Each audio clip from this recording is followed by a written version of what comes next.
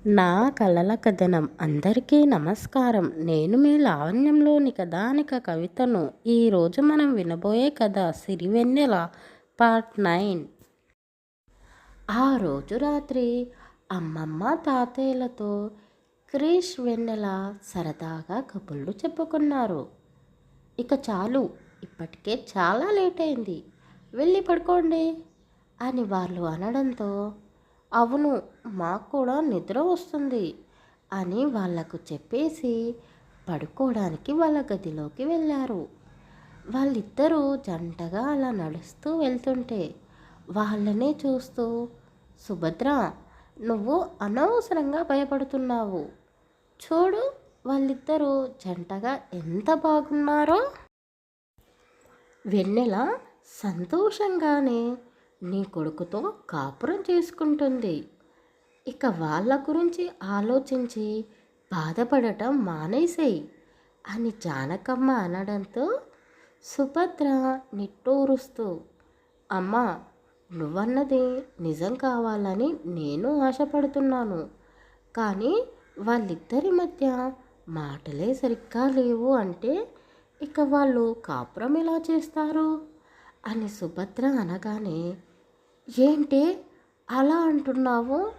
వాళ్ళ మధ్య ఆలుమగల సంబంధం లేదు అని నీకెలా తెలిసింది? వెన్నెల చెప్పిందా అని జానకమ్మ ఆశ్చర్యంగా అడిగింది. హా, అడగగానే అది అన్నీ నిజాలే చెబుతుందా ఏంటి? ఆ వెన్నెల కూడా ఏదీ చెప్పదు, అన్నీ మనసులోనే దాచుకొని బాధపడుతుంది. దాని గురించి చిన్నప్పటి నుండి తెలిసిందే కదా అని సుభద్ర అన్నది. మరి ఎలా తెలిసిందే అంటూ జానకమ్మ చెంపపై చెయ్యి పెట్టుకొని అడిగింది. పొలం దగ్గర వాళ్ళిద్దరూ ఏకాంతంగా ఉన్నా అసలు ఏమీ మాట్లాడుకోలేదు. ఇప్పుడు కూడా చూసావుగా, ఏదో మొక్కుబడిగానే మాట కలిపారు. మన ముందు వెన్నెలకి వాడంటే ప్రేమ ఉంది, కానీ బయటపడదు. వాడేమో ఆ సత్యాన్ని ప్రేమించి బాధపడుతున్నాడు. ఇక్కడే ఇలా ఉన్నారంటే అసలు వీళ్ళిద్దరూ సిటీలో ఇలా ఉంటున్నారో ఏమో. వీళ్ళు ఎప్పుడు కలుస్తారో ఏమో అంటూ తల్లి కూతుళ్ళిద్దరూ వాళ్ళ గురించే ఆలోచిస్తూ నిద్రపోయారు. వెన్నెల నిద్రలో మళ్ళీ కలవరిస్తుందో ఏమో అని క్రిష్ ఆమె పక్కనే కింద పడుకున్నాడు. రేపటి నుండి నేను ఇక్కడే ఉండాలి, బావని చూడడం కూడా కుదరదు అని వెన్నెల బాధపడుతూ అతని గురించే ఆలోచిస్తూ ఉండడంతో ఆమెకు నిద్ర పట్టడం లేదు. అటూ ఇటూ చూస్తూ గోడకి ఉన్న బల్లిని చూసి భయపడింది. అది కాస్త కింద పడడంతో ఆ అని అరుస్తూ పక్కనే ఉన్న కృష్ణని గట్టిగా హత్తుకుంది. అనుకున్నట్టే ఇది మళ్ళీ భయపడినట్టుంది అని క్రిష్ అనుకున్నాడు. అతను కూడా ఆమెను హత్తుకోవడంతో వెన్నెల షాక్ అయింది. ఏంటి, బావ నన్ను హత్తుకోవడం ఏంటి? నిద్రలో ఉన్నాడు కదా, నేను అని తెలియక నన్ను చుట్టేసినట్టున్నాడు అని అనుకుంది. క్రిష్ కూడా వెన్నెల నిద్రలో ఉంది అని అనుకున్నాడు. ఇద్దరూ కొద్దిసేపు ఒకరి కౌగిలిలో ఒకరు అలాగే ఉండిపోయారు. క్రిష్కి మనసులో ఏదో అలజడి కావడంతో ఆమెను ముద్దు పెట్టుకోవాలని కోరిక కలిగింది. నుదిటిపై ముద్దు పెడదామనుకున్నాడు, కానీ ఆమె ఎర్రటి పెదాలు ఆ చీకటి గదిలో అతడిని కవ్విస్తూ ఉంటే ఆమె పెదాలపై ముద్దు పెట్టుకోబోయాడు. బావ నిద్రలో ఏదేదో చేస్తున్నాడు, నాకు ఏదోలా ఉంది, ఇది కరెక్ట్ కాదు అని వెన్నెల భయపడుతూ మెల్లగా కళ్ళు తెరిచి చూసింది. అతను ఆమెకు ముద్దు పెట్టబోతున్నాడు అని తెలుసుకుని కళ్ళు పెద్దగా చేసి తన పెదాలను లోపలికి ముడుచుకొని ఆమె రెండు చేతులతో అతన్ని పక్కకు నెట్టింది. వామ్మో! ఏం జరిగింది? ఒక్క నిమిషంలో నన్ను నేను మర్చిపోయి ప్రవర్తించాను అని వెన్నెల వైపు చూశాడు. వెన్నెల ఏం జరిగిందో నాకు తెలియదు, కానీ సారీ అని చెప్పబోయాడు. కానీ వెన్నెల అతని మాటలు వినిపించుకోకుండా ఏడుస్తూ, బావా సారీ, నాకు నిద్ర పట్టక అటూ ఇటూ చూశాను. అప్పుడే సడన్గా ఒక బల్లి గోడపై నుండి కింద పడింది. అది నా మీదకే వస్తుంది అని భయమేసింది. అందుకే అనుకోకుండా మిమ్మల్ని హత్తుకున్నాను అంటూ వణుకుతున్న గొంతుతో చెప్పింది. అసలే కృష్ణకి యాటిట్యూడ్ ఎక్కువ. అలాంటి మనిషి ఎప్పుడూ ఎవ్వరికీ చెప్పని సారీ వెన్నెలకి చెప్పాలి అనుకున్నాడు. కానీ వెన్నెల అతని మాట వినకుండా తన వల్లే తప్పు జరిగింది అని బాధపడుతూ ఉండడంతో క్రిష్కి నవ్వు ఆగలేదు. వస్తున్న నవ్వుని ఆపుకుంటూ ఆమె సారీ చెప్పడంతో ఓకే ఓకే, కానీ నేను పడుకోగానే మళ్ళీ నా మీద కాళ్ళు చేతులు వెయ్యకు అని ఆమెకు కాస్త కోపంగా చెప్పి మనసులో ఆమె అమాయకత్వాన్ని తలుచుకొని నవ్వుకుంటూ నిద్రపోయాడు. తెల్లవారుపోవడంతో క్రిస్ సిటీకి వెళ్ళపోవాలి అని తొందరగా నిద్రలేచాడు. లేవగానే పక్కనే ఉన్న వెన్నెలను చూసి ఆశ్చర్యపోయాడు. ఆమె మంచానికి తల ఆనించి కూర్చోవడం చూసి, ఏయ్ ఏమైంది, పొద్దున్నే లేచి అలా కూర్చున్నావు అని అడిగాడు. అయ్యో, నేను అసలు నిద్రపోతానే కదా త్వరగా లేవడానికి అని అంది. హా, అదేంటి, నువ్వు రాత్రంతా నిద్రపోకుండా అలానే కూర్చున్నావా అని క్రిష్ అతన్ని ఫోన్ చూస్తూ అడిగాడు. అవును బావా, నేను మళ్ళీ పడుకుంటే నిద్రలో నీ మీద కాళ్ళు చేతులు వేస్తానేమో అని భయమేసి నేను నిద్రపోకుండా ఇలానే కూర్చున్నాను అని వెన్నెల అనగానే క్రిష్కి బాధగా అనిపించింది. ఏయ్, నీకేమైనా పిచ్చా? అసలు రాత్రంతా నిద్రపోకుండా ఎవరైనా ఉంటారా? అసలు నువ్వే కాదు, నిద్రలో ఎవరైనా సరే వాళ్ళకే తెలియకుండా పక్క వాళ్ళ మీద కాలో చెయ్యో వేస్తారు అని క్రిష్ అన్నాడు. లేదు బావా, ఎవ్వరూ అలా వేయరు. నేను రాత్రి నిన్నే చూస్తూనే ఉన్నాను.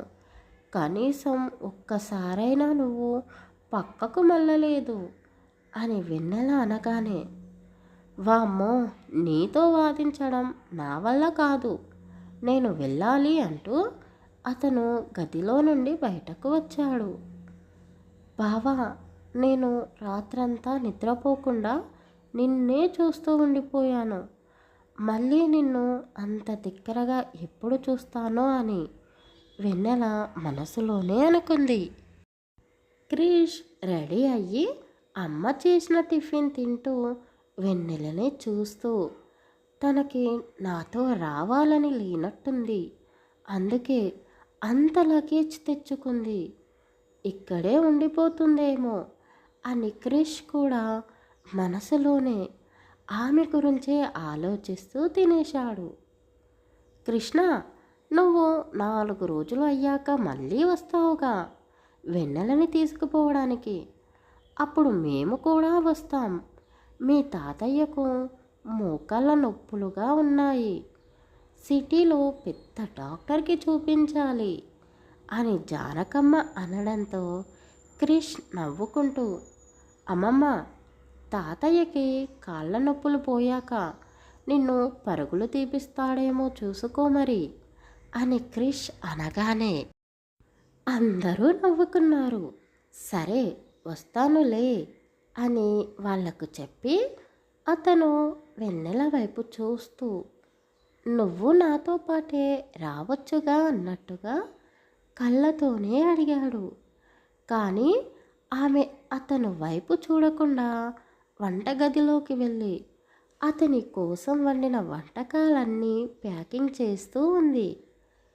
క్రిష్ అందరికీ బాయ్ చెప్పేసి అక్కడి నుండి సిటీకి ఒంటరిగా బయలుదేరిపోయాడు. ఇప్పుడు నేను ఆఫీస్కి వెళితే అందరూ ఏమనుకుంటారో, కావాలనే వెన్నెలని ఊరికి పంపించాను అనుకుంటారేమో అని ఆఫీస్లో జరిగిన దాన్ని గుర్తు చేసుకున్నాడు. క్రిష్ వెళ్ళగానే వెన్నెల మనసులో తెలియని బాధ, ఎవరికి చెప్పాలో తెలియక గదిలోకి వెళ్ళి క్రిష్ ఫోటోని ఫోన్లో చూస్తూ అతను రాత్రి ముద్దు పెట్టుకోబోయిన సంఘటన గుర్తు చేసుకొని అతని ఊహల్లోనే నిద్రలోకి జారుకుంది. క్రిష్ సిటీలో ఉన్న వాళ్ళ ఇంటికి చేరిపోయేసరికి కాస్త చీకటి పడడంతో డ్రైవ్ చేసి అలసిపోయిన అతను నేరుగా ఇంట్లోకి వెళ్ళి అలాగే సోఫాలో పడుకున్నాడు. తలుపులు తెరిచే ఉండడంతో గాలికి తలుపులు కొట్టుకోవడంతో ఆ సౌండ్కి అతనికి మెలకువ వచ్చింది. నిద్రలో నుంచి లేచి చిరాకు పడుతూ ఏయ్, లోపల ఏం చేస్తున్నావు? డోర్లు పెట్టాలని కూడా తెలియదా అని క్రిష్ అంటూ పైకి లేచి అతను డోర్ పెట్టేసి వెన్నెల అని పిలిచాడు. క్రిష్ ఎంత పిలిచినా వెన్నెల పలకకపోయేసరికి అతను ఆమె గది వద్దకు వెళ్ళాడు. అప్పుడు గుర్తుకు వచ్చింది అతనికి, అరరే, నేను మర్చిపోయాను, వెన్నెల ఇంట్లో లేదు కదా. అయినా ఎప్పుడూ లేనిది నేను దాని గురించి ఆలోచించడం ఏమిటి? అసలు తనతో నేను సరిగ్గా మాట్లాడను. అలాంటిది ఈరోజు వెన్నెల అని నా నోటితో పిలవడం ఏమిటి అని క్రిష్ అనుకుంటూ కడుపులో మెలితిప్పినట్టుగా ఉండడంతో అమ్మ చేసిన వంటలను గుర్తు చేసుకున్నాడు. వెన్నెల నా కోసం టిఫిన్ ప్యాక్ చేసి పెట్టింది కదా, అది ఎక్కడ ఉంది అని ఆలోచించి కాల్రో ఉన్న టిఫిన్ తెచ్చుకొని ఎంతో ఇష్టంగా తింటూ ఉన్నాడు. తినడం అయిపోగానే క్రిష్కి నిద్ర పట్టకపోయేసరికి ఇంట్లోనే అటూ ఇటూ తిరుగుతూ గోడపై ఉన్న అతని పెళ్లి ఫోటోని చూసి వెన్నెలని గుర్తు చేసుకున్నాడు. పెద్ద కళ్ళు, సన్నటి ముక్కు, చిన్నగా ఉండే ఎర్రటి పెదాలు, చంద్రబింబంలా ఉండే వెన్నెల ముఖాన్ని గుర్తు చేసుకొని ఆమె అమాయకత్వాన్ని తలుచుకుంటూ నవ్వుకున్నాడు. అరే, ఏంటిది? రోజు అది నా పక్కనే ఉన్నా కనీసం నేను దాన్ని వంక కూడా చూడకపోయేవాడిని. అలాంటిది ఈరోజు ఎటు చూసినా ఆ వెన్నెలనే గుర్తుకు వస్తుందేంటి అని అనుకున్నాడు. వామ్మో, ఈ అమ్మాయిలను నమ్మొద్దు, ఎంతైనా అమ్మాయి అంటేనే మాయ, ఈ వెన్నెల కూడా అలాంటిదే అని అనుకుంటూనే ఫ్రిడ్జ్లో ఉన్న బీర్ బాటిల్ తీసుకొని గడాగడా తాగేసి వెన్నెల, వద్దు, నువ్వు నాకు గుర్తుకు రావద్దు, నువ్వంటే నాకు ఇష్టం లేదు, నీకు కూడా నేనంటే ఇష్టం లేదు అని నాకు తెలుసు, నువ్వు అక్కడే హ్యాపీగా ఉండు, నేను ఇక్కడే ఇలానే ఉంటాను అని అనుకుంటూనే ఆమెనే తలుచుకుంటూ నిద్రలోకి జారుకున్నాడు.